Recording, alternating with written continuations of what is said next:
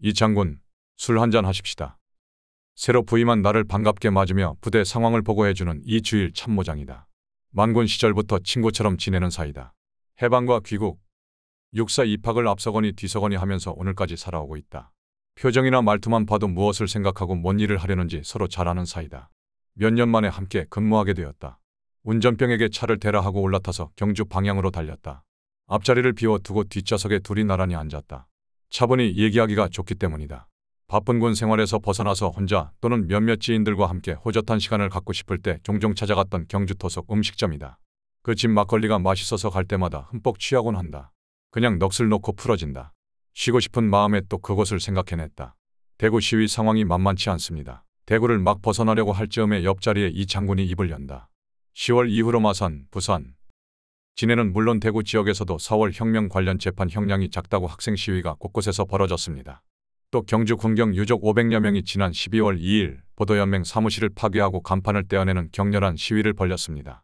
불순 세력들이 경주지구 양민학살 유족회라는 것을 구성하고 정부와 군을 비난하니까 보다 못한 유족들이 나선 겁니다. 민주당 정부가 들어선 이후로 공산당 세력이 준동하고 있습니다. 지난달에는 대구 공고생 1600여 명이 학교 문제로 도청 앞에서 시위를 했고 비구승 500여 명도 종단 분규를 빌미로 대규모 단식 시위를 전개했고요. 온통 시위의 데모, 정신이 없습니다. 4.19 이후에 벌어지고 있는 학생 시위, 집단 데모가 끝을 모르고 있다. 부패한 자유당 정권을 끝장냈으니 이제는 진정으로 살기 좋은 나라가 되어가야만 하는데 세상은 전혀 그렇지 않다. 이제는 고등학생, 대학생은 물론 중학생까지 나서서 교장을 몰아내고 남북 통일을 외치고 있다.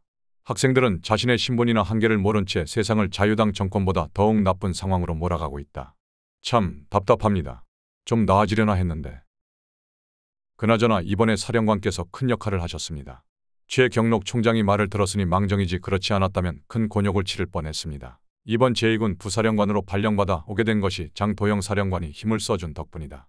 최 참모총장은 정군 운동이란 명목하에 그동안 불만 세력이라고 여겼던 나를 극적으로 예편시키려고 했었다. 민주당 정부에서는 군 중간 계급의 승진 적재 문제를 해결하고 70만에 이르는 군을 감군한다는 목표를 세워놓고 있었다. 이 일을 현석호 장관이 이끄는 국방부에서 주관하고 있었는데 상당 부분은 육본이 나서야만 할 일이었다. 내가 알고 있는 바로는 정부의 재정 절약 차원의 감군에 대해 최 총장이 소신껏 반대하였었다.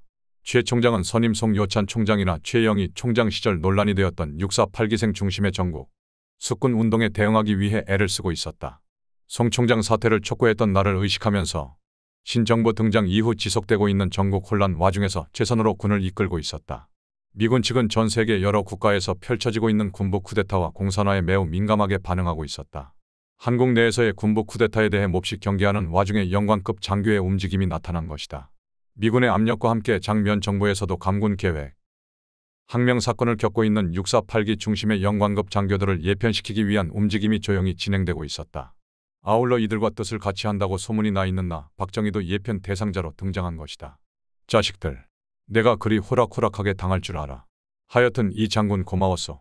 이 장군이 장도영 사령관을 잘 움직여줬기에 내가 공경을 면한 것 같소이다. 뭔 말씀을요.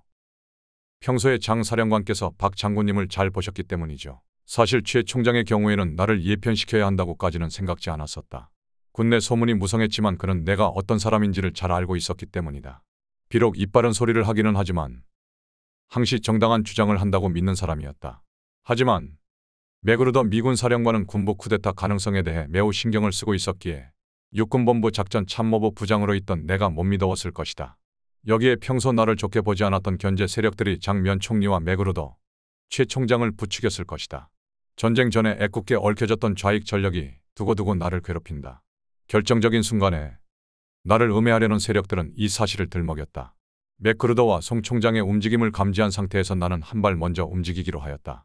당시 6본 인사참모부 부장이던 박병권 소장과 긴밀하게 상의하면서 제2군 사령관 장도영 중장에게 전화를 걸어 사정 설명을 하고 도움을 요청했다. 그는 곧바로 국방부와 6본에 연락을 취하고 선처를 부탁했다.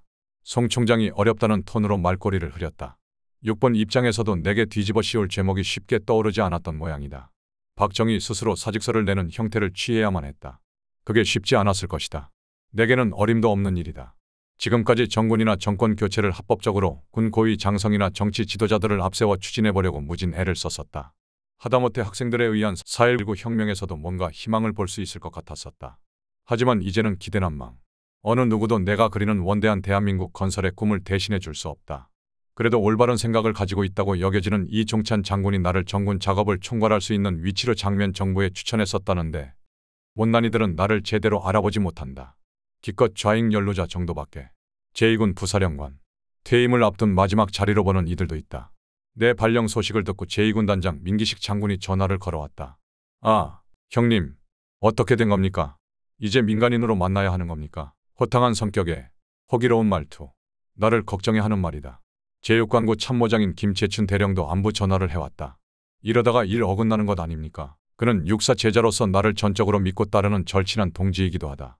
조심스럽게 추진 중인 정군 활동에 대한 우려다. 이리저리 제기만 하다가 타임을 놓치는 것이 아닌가 하는 노파심이다.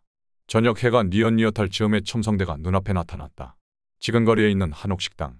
50대 아주머니가 적당히 아는 체를 한다. 김치찌개에 막걸리. 그거면 충분하다. 젊은 주모 하나가 술 시중을 들어준다. 고민스럽다고. 혼자 술을 먹는 것도 고역이다. 그래서 오늘 이 장군이 더없이 고맙다. 둘이 오랜만에 술을 들이켰다. 이러저런 얘기를 나누었지만 속이 후련하지는 않았다. 한밤중 늦지막이 부대로 돌아왔다.